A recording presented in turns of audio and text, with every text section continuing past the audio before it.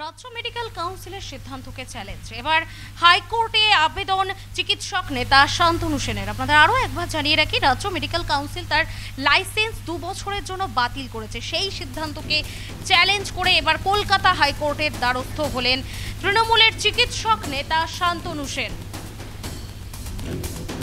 বিষয়ে বিস্তারিত জানবো, আমার সঙ্গে টেলিফোন লাইনে রয়েছে আমাদের প্রতিনিধি রিমিক। মেডিকেল কাউন্সিলের সিদ্ধান্তকে চ্যালেঞ্জ হাইকোর্টের আবেদন চিকিৎসক নেতা শান্তনু সেনের, ঠিক কি তথ্য রয়েছে বিষয়ে? তুমি দেখো সৌমি, গতকালই কিন্তু রাজ্য মেডিকেল কাউন্সিল তৃণমূলের প্রাক্তন চিকিৎসক নেতা, প্রাক্তন রাজ্যসভার সাংসদ এবং প্রাক্তন কাউন্সিলর শান্তনু সেনের রেজিস্ট্রেশন বাতিল করেছেন। আগামী 2 বছরের জন্য 2 বছর তিনি কোনো রকম প্র্যাকটিস করতে পারবেন না এবং তার বিরুদ্ধে যেটা অভিযোগ, মেডিকেল কাউন্সিল যেটা অভিযোগ করেছে যে তিনি রাজ্য মেডিকেল কাউন্সিলের রেজিস্ট্রেশন না করিয়েই FRCP গ্লাসগো নামে একটি বিদেশি ডিগ্রি ব্যবহার করছিলেন এবং গত মাসে এই নিয়ে শান্তনুকে নোটিশ পাঠিয়েছিল কাউন্সিল। বৃহস্পতিবার তাকে তলবও করা হয়েছিল। তারপরই গতকাল কাউন্সিল শান্তনুর ডাক্তারি রেজিস্ট্রেশন 2 বছরের জন্য বাতিল করার সিদ্ধান্ত নেয়।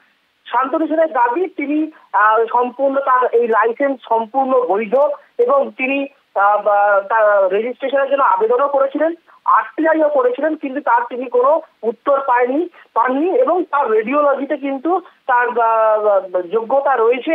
ফলে তার বিরুদ্ধে যে সিদ্ধান্ত নেওয়া হয়েছে সেটা সম্পূর্ণ উদ্দেশ্য প্রণোদিত এবং অনৈতিক সিদ্ধান্ত।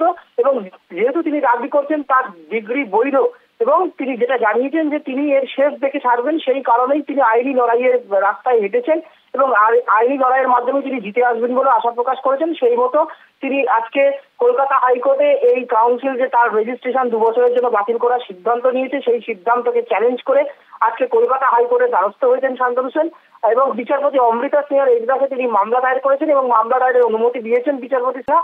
আগামী সোমবার বিচারপতি অমৃতা সিনহার এজলাসে কিন্তু তার এই আবেদনের মামলার কিন্তু শুনানি হবে।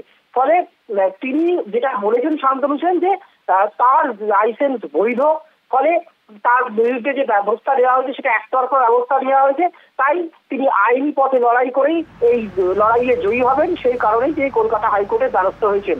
আগামী সোমবার তার এই আবেদনের মামলায় বিচারপতি অমৃতা সিনহার এজলাসে কি হয় সেই দিকেই এখন তাকিয়ে রয়েছেন শান্তনু সেন। সৌমি, ধন্যবাদ রিমিক আমাদের সঙ্গে থাকার জন্য। রাজ্য মেডিকেল কাউন্সিল তার লাইসেন্স 2 বছরের জন্য বাতিল করেছে। সেই সিদ্ধান্তকে চ্যালেঞ্জ করে এবার কলকাতা হাইকোর্টের দ্বারস্থ হলেন তৃণমূলের চিকিৎসক নেতা শান্তনু সেন। মামলা দায়েরের অনুমতি দিয়েছেন বিচারপতি অমৃতা সিনহা। আগামী সোমবার মামলার শুনানির সম্ভাবনা রয়েছে।